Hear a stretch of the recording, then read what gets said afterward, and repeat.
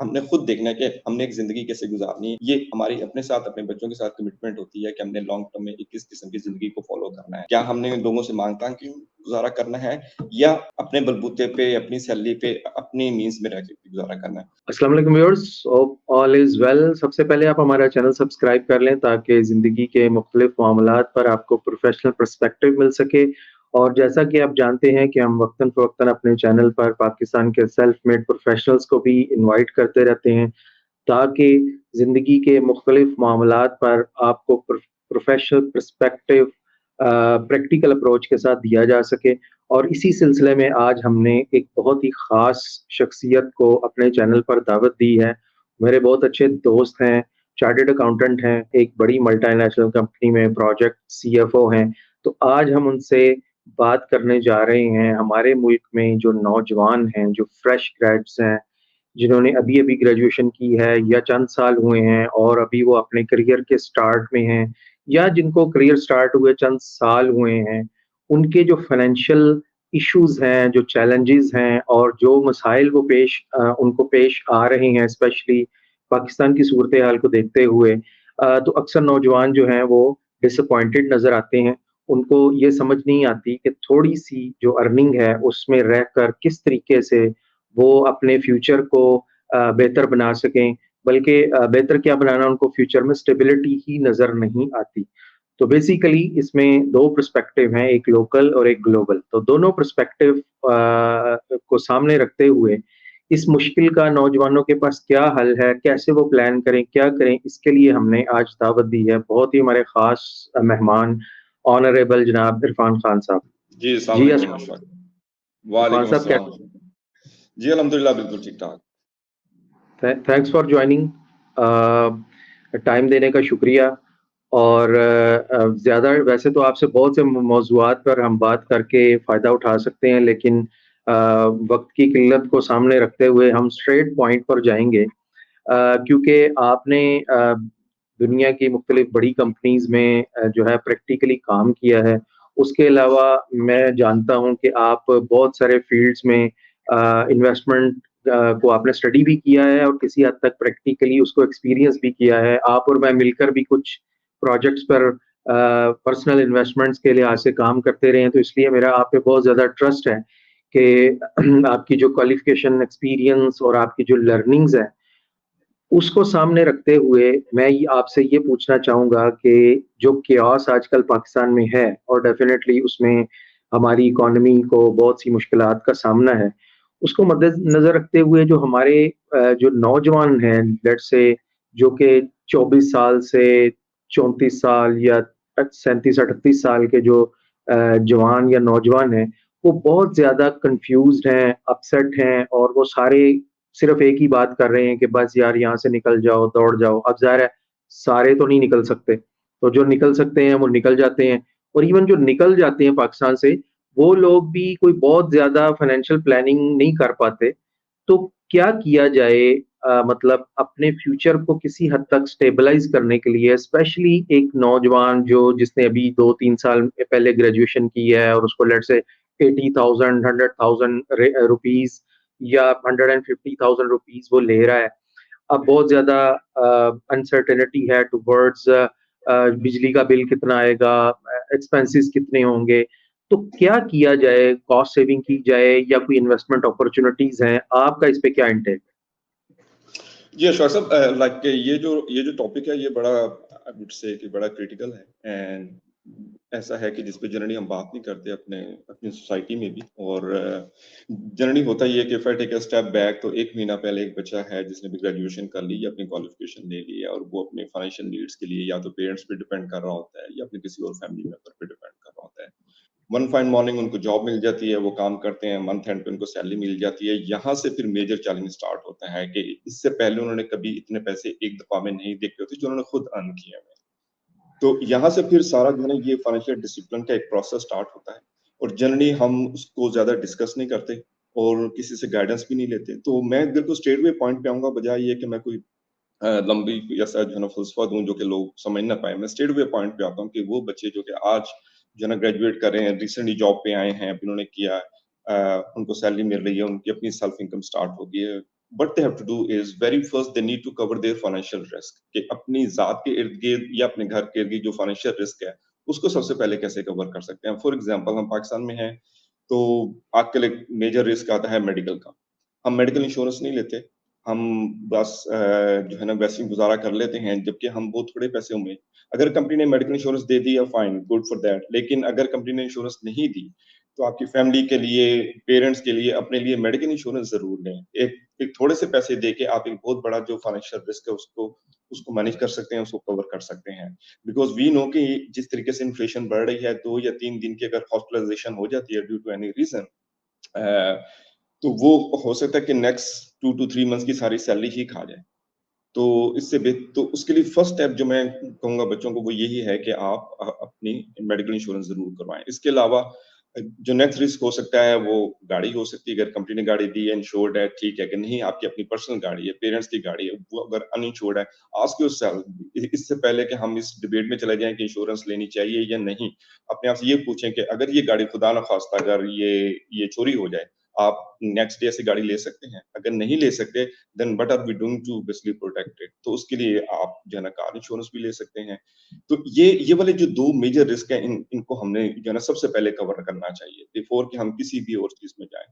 इसके बाद जो नेक्स्ट स्टेप आता है जो मैं अक्सर जब नौजवानों से बात करता हूँ और उनको मैं सजेस्ट करता हूँ वो ये है कि अपना एक इमरजेंसी फंड ज़रूर क्रिएट करें, right from the first salary. मेरा तो उसमें एक सजेशन यही है कि जब भी आपको सैलरी मिलती है, अगर आपकी ₹100 की सैलरी है, हमेशा ये कंसीडर करें कि ये ₹90 है, 100 को कंसीडर ही ना करें। ₹90 के हिसाब से अपने एक्सपेंसेस को एडजस्ट करें, अपनी फैमिली में सपोर्ट करना है, पेरेंट्स को देने हैं, घर की ग्रोसरी है, मेडिकल बिल्स हैं या यूटिलिटी बिल्स हैं, वो करें। लेकिन ₹10 हमेशा अपने या 10% ऑफ योर सैलरी ज़रूर उनको सेव करते रहें। अब बहुत सारे लोगों को यही आइडिया नहीं होता कि इमरजेंसी फंड क्रिएट कैसे करना है, what should be the basis of that emergency fund. तो उसमें ये हो सकता है कि हर शख्स ने खुद देखना है। कुछ ऐसी जॉब्स होती हैं जो कि बहुत हाई इन डिमांड होती है। उसमें ये होता है कि आपका इमरजेंसी फंड कम हो सकता है हम ये समझे कि अ, अगर हमारी आज जॉब नहीं रहेगी तो अगले 2 से 3 महीने में हमें जॉब मिल जाएगी बिकॉज़ माय स्किल सेट मेरी जॉब बहुत हाई इन डिमांड है। लेकिन अगर अनसर्टेनिटी है and we have no line of sight कि अगली जॉब कब मिलेगी तो बेहतर है एटलीस्ट 6 टू 8 मंथ्स का इमरजेंसी फंड हमारे पास ज़रूर हो। अब वो इमरजेंसी फंड की बेसिस ये होती है कि हमने अपने जो एब्सोल्यूट नेसेसिटीज़ हैं, उनको अकाउंट फॉर करना है। कोई लग्ज़री नहीं आएगी, कोई विश लिस्ट नहीं आएगी, कोई वांट्स नहीं आएगी। उसके अंदर हमारी ग्रोसरी हो सकती है, रेंट हो सकता है और यूटिलिटी बिल्स हैं और बच्चों की एजुकेशन होती है। तो ये जो बहुत नेसेसिटी के एक्सपेंस हैं, इनको मंथली काउंट करें कितने बनते हैं, मल्टीप्लाई बाय 6, 8 और 10 डिपेंडिंग ऑन के जॉब की क्या सिचुएशन है।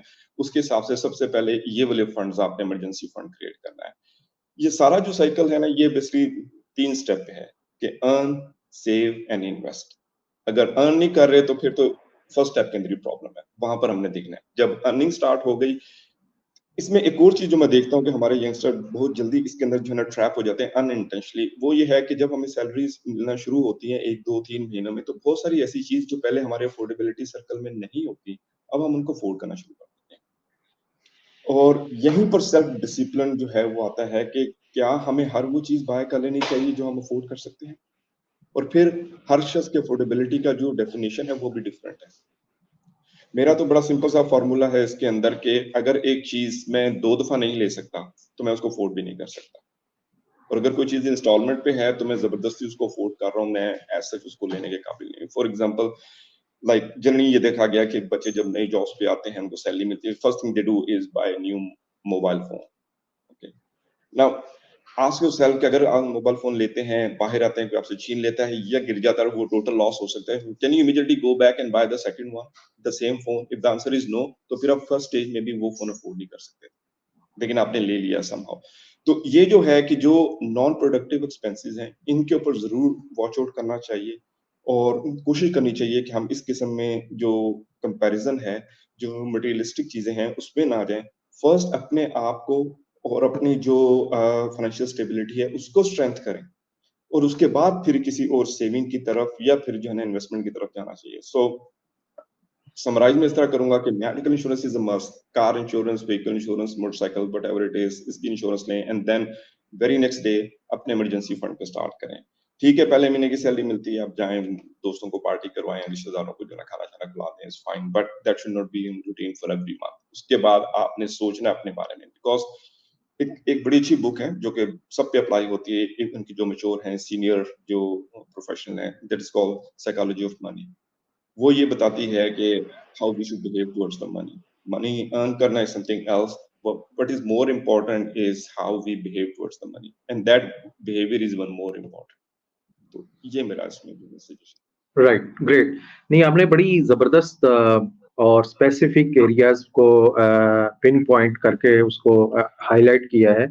स्पेशली जो आपने कहा कि 3 स्टेजेस हैं, अर्न, सेव एंड इन्वेस्ट। तो अगर आप अर्न कर रहे हैं, चाहे किसी भी लेवल पे कर रहे हैं, तो आप उसी लेवल पे सेविंग भी करें। अगर आप लेट्स से 80,000 अर्न कर रहे हैं, तो अगर आपके हालात जैसे भी हैं, अगर बहुत मुश्किल है, तो कम से कम 2, 3, 4 हज़ार कम से कम कुछ सेव करें, ताकि अगर कोई बहुत ज़्यादा खतरनाक सूरत-ए-हाल आ जाए, तो आप उसको कुछ ना कुछ सेविंग आपके पास हो। फिर जब आप सेविंग कर लेंगे, तो फिर कहीं न कहीं उसको इन्वेस्ट भी करते हैं।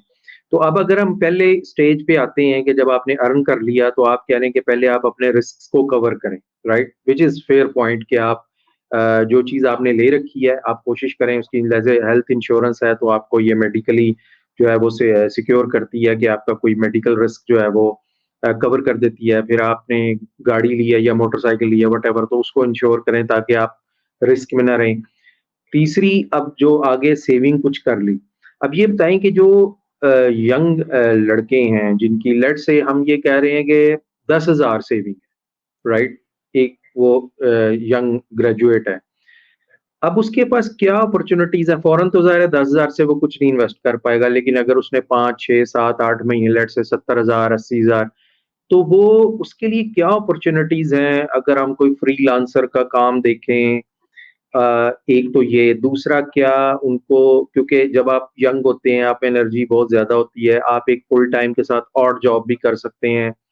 प्लस ये है कि क्या स्टॉक मार्केट है, मतलब उस लेवल पे जहाँ पर एक बच्चा है जिसने लेट्स से 1 साल में 1 लाख रुपया बचा लिया, तो अब उसके पास, पाकिस्तान में तो लोग सिर्फ एक ही बात करते हैं, यार प्रॉपर्टी, वो प्रॉपर्टी महँगी है, मैं उसमें नहीं इन्वेस्ट कर सकता। तो क्या होता है कि 6 महीने, साल बाद वो जो लाख बचाया होता है, वो भी कहीं न कहीं शादी-ब्याह में खर्च हो जाता है। तो कौन-सी अपॉर्च्युनिटीज़ है जहाँ पे वो अपने पैसे को, थोड़े से पैसे को बाउंड कर दें कि यार बस अब ये डाल दिया तो ये अब इन्वेस्ट हो? Very fair point. और यही यही अगेन चीज है, आप सही कह रहे हैं कि इतनी ज्यादा चूंकि अवेयरनेस भी नहीं है और अपॉर्चुनिटीज का भी लोगों को नहीं पता, एंड सम टाइम जो परसेप्शन है that prevails larger than the reality. तो आई एग्री कि अगर इन्वेस्टमेंट सेविंग अगर कम है, इवन मैं कहता हूँ अगर किसी बंदे के पास अगर महीने की, पाकिस्तान के पर्सपेक्टिव से बात करता हूँ, बिकॉज अगर आप ब्रॉड आते तो वहाँ पर इन्वेस्टमेंट की डिफरेंट एवेन्यूज है, मैं जनरली पाकिस्तान की बात करूंगा। तो अगर किसी के पास कम सेविंग है, तो मैं ये कहूंगा कि स्टिल उसके पास अपॉर्चुनिटीज हैं। मार्केट में न्यूज पे ना जाए कि न्यूज में क्या हो रहा है, अच्छे लोगों को यूट्यूब के ऊपर फॉलो करें जो कि अच्छे हैं, जो कि रियलिस्टिकली बातें करते हैं। To cut the long story short, they can they can do the investment in the stock market. Stock market के बारे में नेगेटिविटी बहुत ज्यादा है। लोग यही समझते हैं कि जो स्टॉक मार्केट में गया ये जुआ है, ये खराब होंगे, पैसे डूब जाएंगे। दो, ऐसा नहीं है। I have seen the people के जो कि, और even in terms of Pakistan भी, अगर हम लॉन्ग टर्म पर्सपेक्टिव में देखते हैं 20 से 25 साल के होराइजन में, there is no asset class के जिसने स्टॉक मार्केट को बीट किया हो। बिल्कुल कोई नहीं बीट कर सकता, चाहे वो रियल स्टेट है, चाहे वो गोल्ड है, या कोई और इंडेक्स है। Stock market is the best, but the problem is लोग इतने डरे होते हैं ये मार्केट की न्यूज में और जो है ना चैनल्स पे खबर देके किस तरफ जाते नहीं है।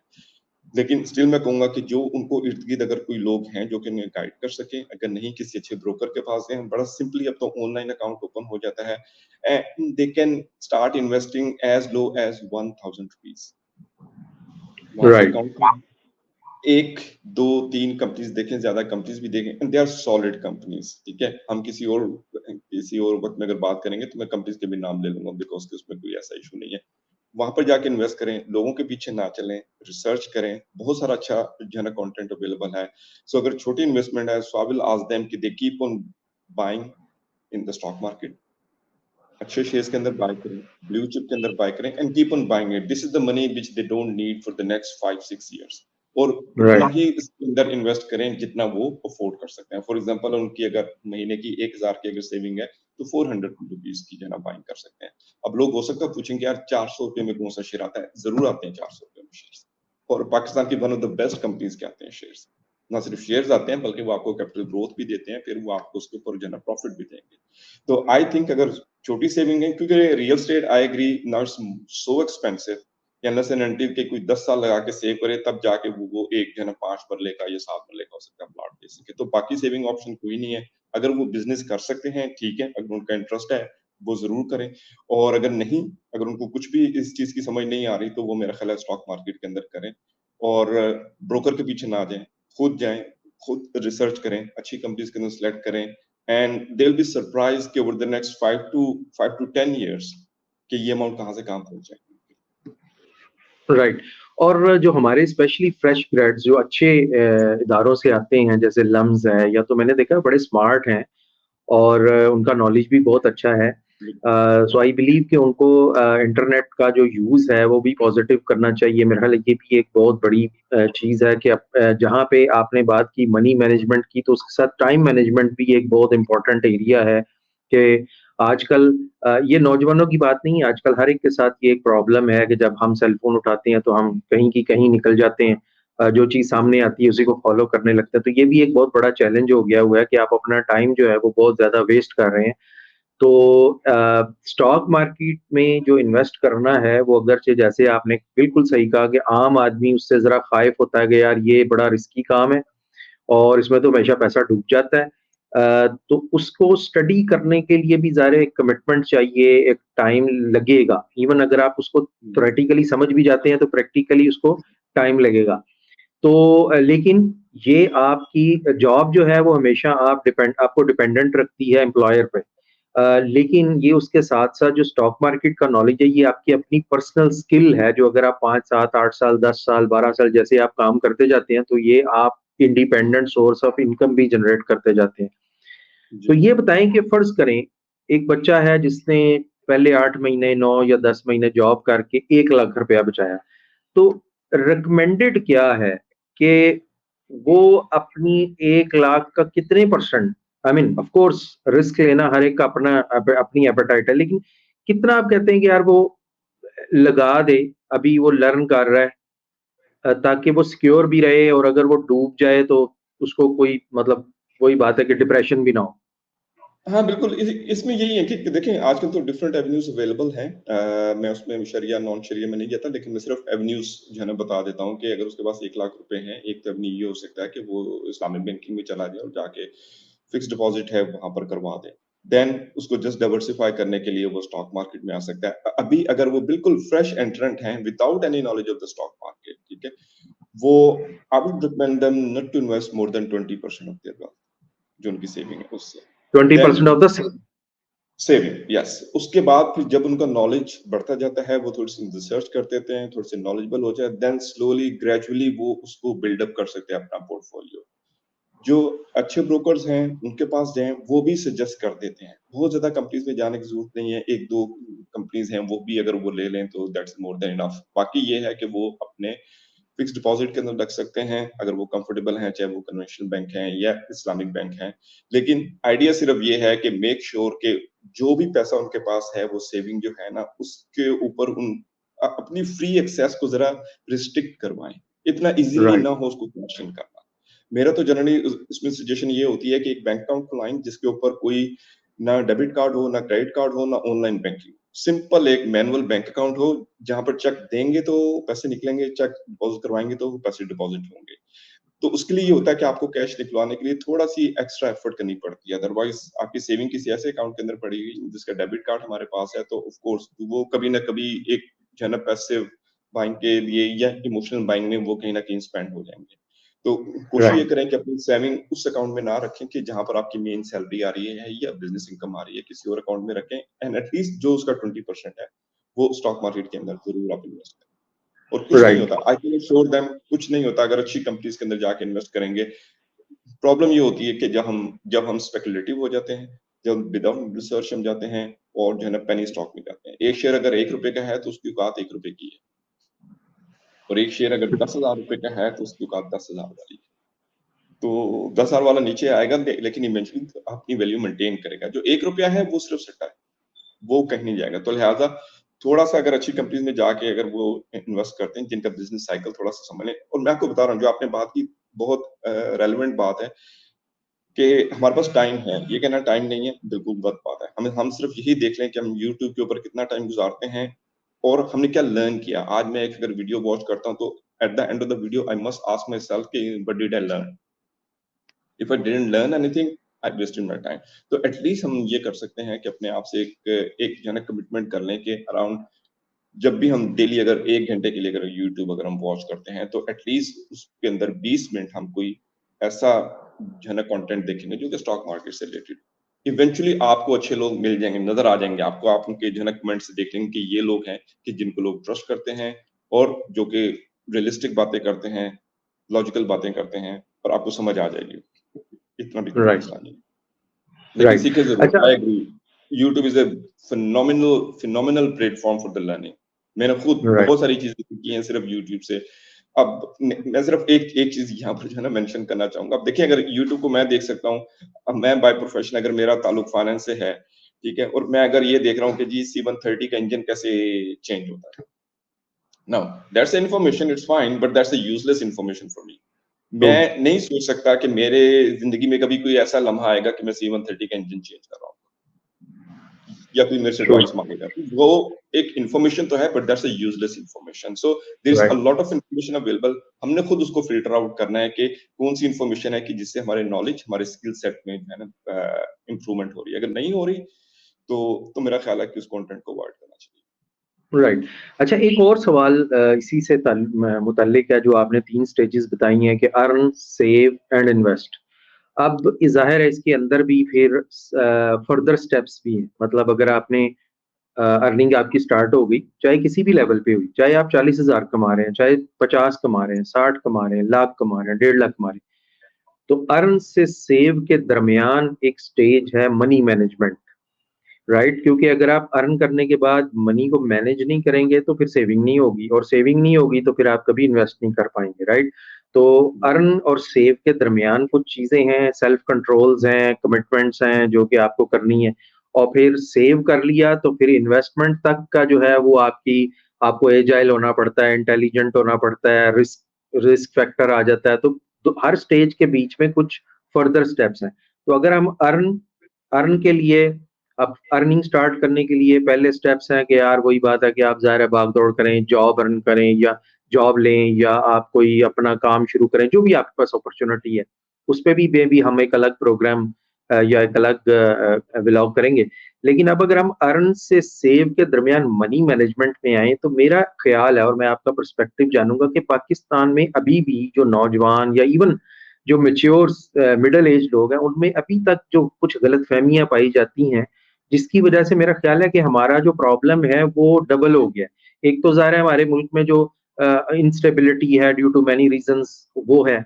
कुछ हमारी पर्सनल फाइनेंस मैनेजमेंट की है कि जैसे हर बंदा ये सोच रहा है कि यार मैंने 10 मरले का घर बनाना है, मैंने 1 कनाल का घर बनाना है, और मैंने फलाँ इलाके में घर बनाना है, मैंने फलाँ गाड़ी लेनी है। तो हम नेगेटिव सेंस में एक कंज़्यूमर सोसाइटी है। जैसे आपने कहा कि आईफ़ोन ले लेना है, तो मतलब ये आपकी चॉइस है कि आपके पास फ़र्ज़ करें अगर 3 लाख है, तो आप उसमें से लेट्स से 1 लाख की मोटरसाइकिल ले लें, और 2 लाख रुपए आपके बैंक में पड़ा हो, आप ज़्यादा कॉन्फिडेंट फ़ील करते हैं, या आप 3 लाख के साथ आप 5 लाख लोन लेकर तो एक 10 लाख की गाड़ी ले लें और आपके बैंक अकाउंट में कुछ पड़ा ना हो और आप पेट्रोल के लिए प्रॉब्लम में हो? या फिर दुनिया, जैसे कि यहाँ पे रहने वाले, पाकिस्तान में रहने वाले लोग ये नहीं समझते कि दुनिया वर्टिकल ग्रोथ में जा रही है, अपार्टमेंट लिविंग में जा रही है।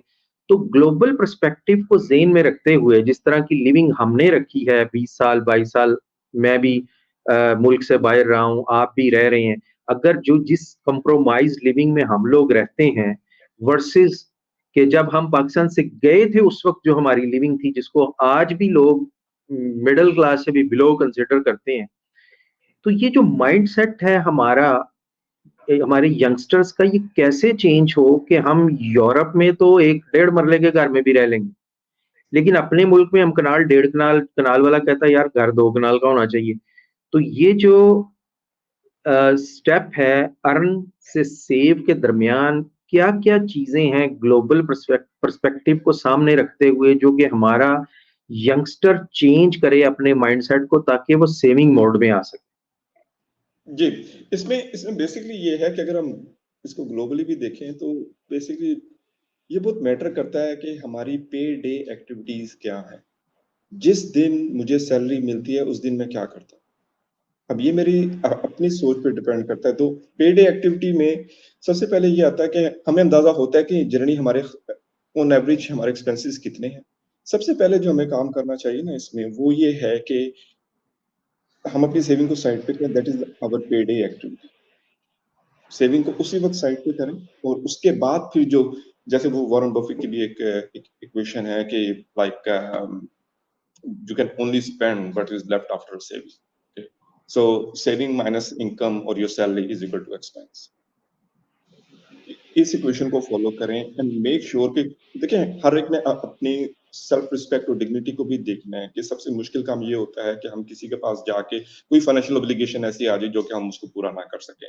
सो फर्स्ट ऑफ ऑल पे डे एक्टिविटी पे अपनी सेविंग को साइड पे करें क्योंकि देखिए सेविंग सिर्फ वही करेगा जिसको एहसास है कि मैंने किसी और पे डिपेंडेंट नहीं होना। मैंने अपने लिए, अपने पेरेंट्स के लिए, अपने आने वाली नस्ल के लिए, फ्यूचर के लिए मैंने एक अच्छा लिविंग, एक रिस्पेक्टेबल डिसेंट लिविंग मैंने अरेंज करनी है। जिन लोगों को ये एहसास ही नहीं है, वो फिर स्ट्रगल करेंगे। जनरली स्ट्रगल कब आती है कि जब हम दूसरों को कंपेयर करना शुरू कर देते हैं कि उसके पास क्या है, वो अगर 40,000 की सैलरी ले रहा है, उसके पास एक गाड़ी है, मेरे पास क्यों नहीं है?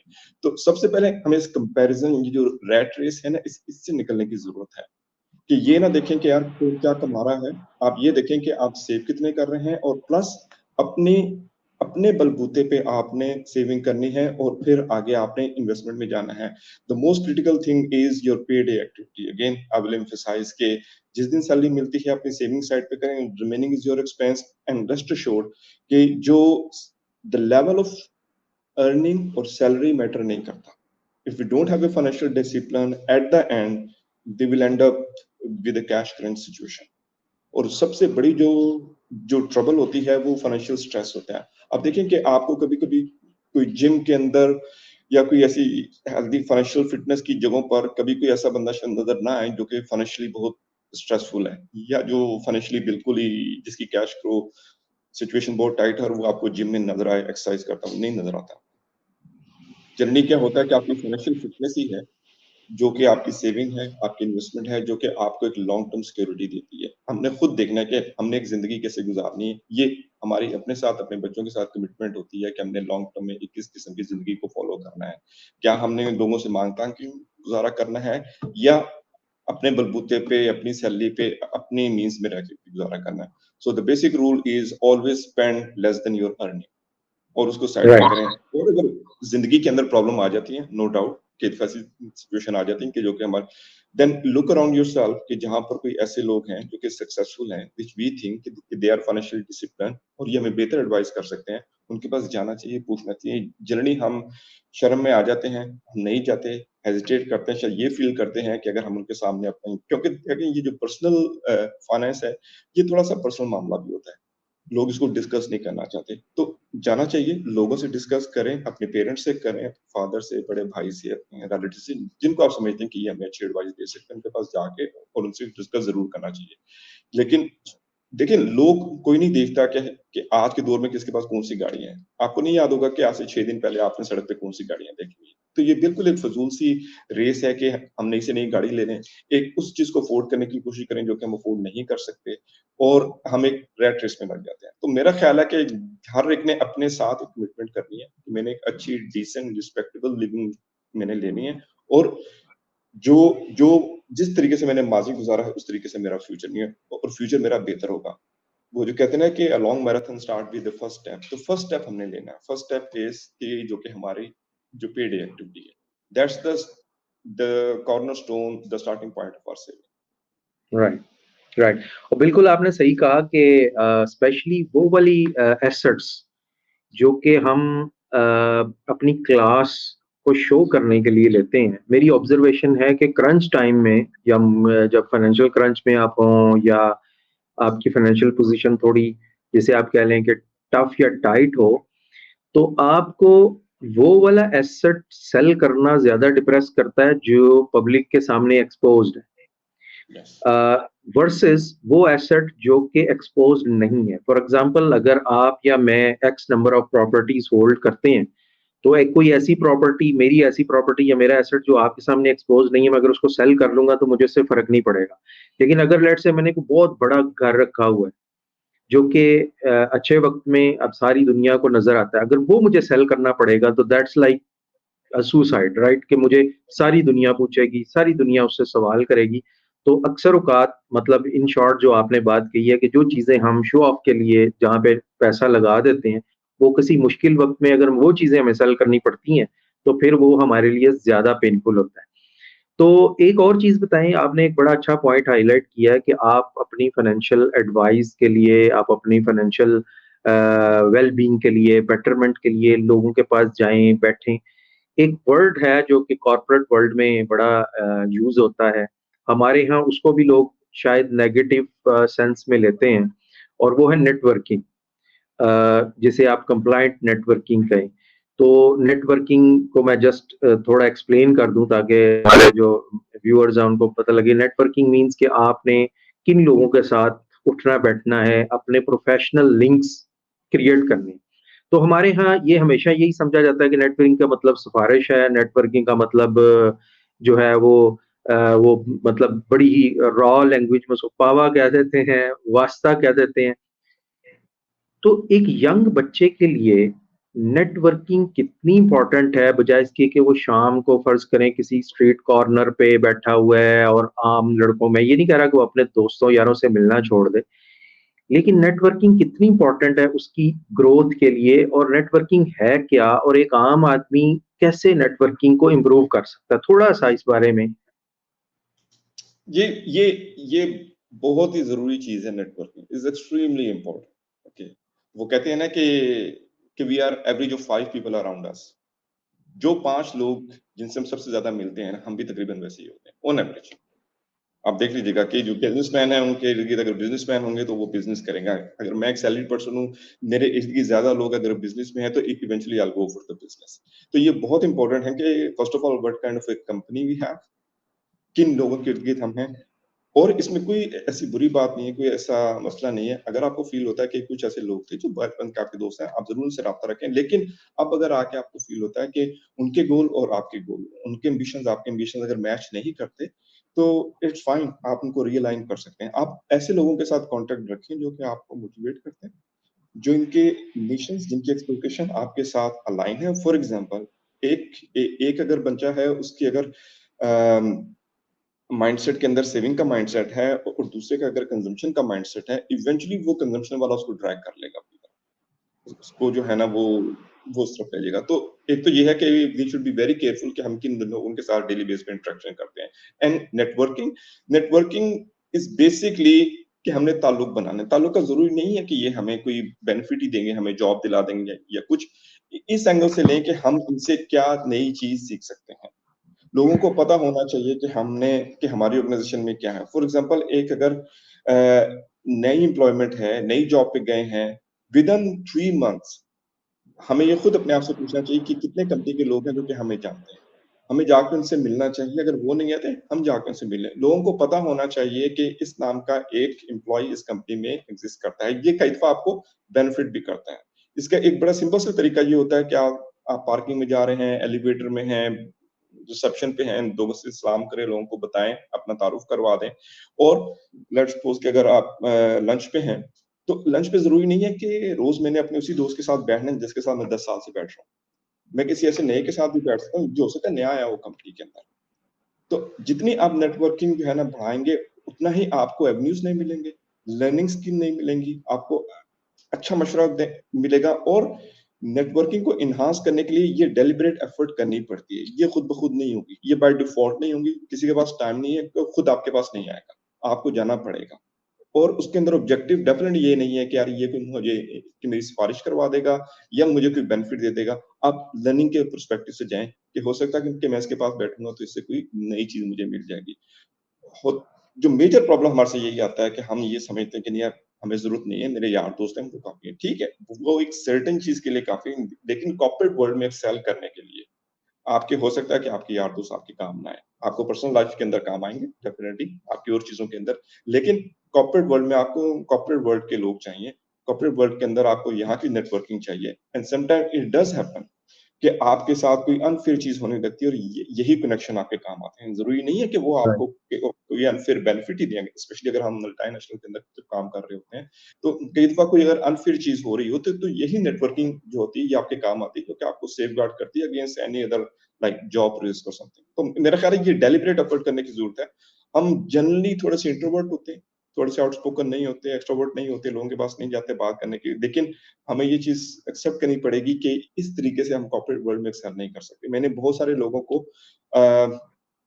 और बहुत अच्छे और कामयाब लोग थे। सिर्फ़ इस वजह से उनको अपनी जॉब से हाथ धोना पड़ा कि उनको कोई जानता नहीं था कभी। As an individual, fantastic people, brilliant professional, but when it's come to networking, hardly anybody knows them. जब उनके बारे ट्रू, में कहीं रूम में या जो है टॉप लीडरशिप में कहीं बात हो रही थी, तो उस कमरे में कोई था नहीं उनको पहचानने वाला। तो ये मेरा ख़्याल है कि ये चीज़ इस तरह लेनी चाहिए कि इसको सीखने के अमल के हिसाब से कि हमें कोई नया मशवरा मिलेगा, नई चीज़ मिलेगी, नई राइट, चीज़ सीखने को मिलेगी और जो चीज़ हो सकता है हम 2-4 साल की एफर्ट के बाद, स्ट्रगल के बाद सीखेंगे, हो सकता है हमें 1-2 सीटिंग में ही ये लोग समझा राइट, राइट। बिल्कुल, नेटवर्किंग के डेफ़िनेटली 2 फ़ायदे हैं। एक तो आपको रेफ़रेंसेस मिलते हैं, प्लस आप जब प्रोफ़ेशनल के साथ किसी भी field of walk of life, field of life से हों, उनके साथ बैठ के आपको नॉलेज मिलता है और आपको ये पता होना चाहिए कि आपके एरिया में, आपके इलाके में क्लब्स या जैसे हेल्थ क्लब्स हैं या आपके गोल्फ क्लब्स हैं या जहाँ पे भी आपको फ़ील हो कि कुछ कामयाब लोग उठते-बैठते हैं, तो उनसे मिलें, एक तो ये और दूसरा अपने हेल्दी माइंड रखें, हर कामयाब इंसान जो है वो ज़रूरी नहीं है कि एक हमारे यहाँ ये भी एक सोच है जवानों नौजवानों में डाल दी जाती है कि हर कामयाब आदमी जो है वो गलत तरीके से कामयाब हुआ है या वो सच्चा इंसान नहीं है, अच्छा इंसान नहीं है। आप उससे जो अच्छी चीज़ है वो गेन करें। तो एक तो नेटवर्किंग बहुत इम्पोर्टेंट है, हमारे जो नौजवान हैं उनको चाहिए कि वो एनर्जेटिक हों, अपने टाइम का सही इस्तेमाल करें और सही लोगों से मिलें। कम से कम अगर रेगुलर नहीं मिल सकते तो once in a week, one in a month उनसे मिलें, उनसे एडवाइस लें। अच्छा एक और चीज़ है कि ये तो हमने बात की है ज़्यादातर उन नौजवानों की जो ग्रेजुएट हैं या जिन्होंने अभी जॉब कर ली या जॉब के अपने करियर के शुरू में।